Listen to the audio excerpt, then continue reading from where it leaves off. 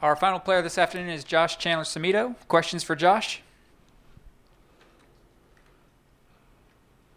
Go ahead, Kevin Kinder. Josh, was there much difference in playing behind the four down linemen, true defensive line front in terms of assignments, what you were trying to do? That caused any hesitancy in the way you all played on Saturday? No, we definitely practiced before. We've repped it before. It's always been in our arsenal. We've done it throughout the year. We just haven't done it for a full game. The way we played was just based off of the way we played, really. Go ahead, Cody Nesper. Hey Josh, what did it mean to have both Taj and Van Darius out there on Saturday? It's obviously been a tough couple of years for both of them. It was pretty good. I have a pretty good relationship with both of them. Known both of them since I came in. Me and VD actually came in at the same time. It's been good, but both of them have fought through injury, especially Van Darius. Just continue to fight, continue to show up to work every day, bring a positive attitude. Both of them are considered leaders and have a lot of influence on the team. So just being able to continuously go out there and play with them is just cool. Next is John Antonik. Hey, Josh, curious to get your thoughts on how you go about rebooting after play the way your guys played against Iowa State.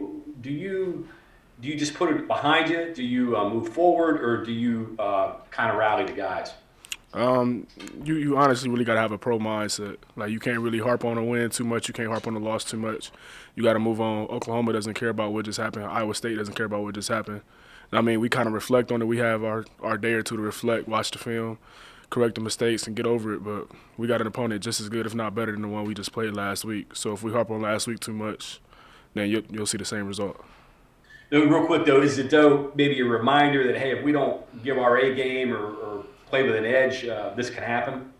I mean, yeah, that's definitely always in there. I mean, we're not the most talented team out there, but we have to be the most physical. We have to be the toughest. We have to have the most effort, which we've had all year outside of one game.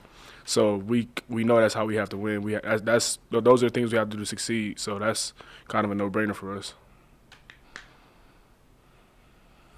Next is Ryan Pritt.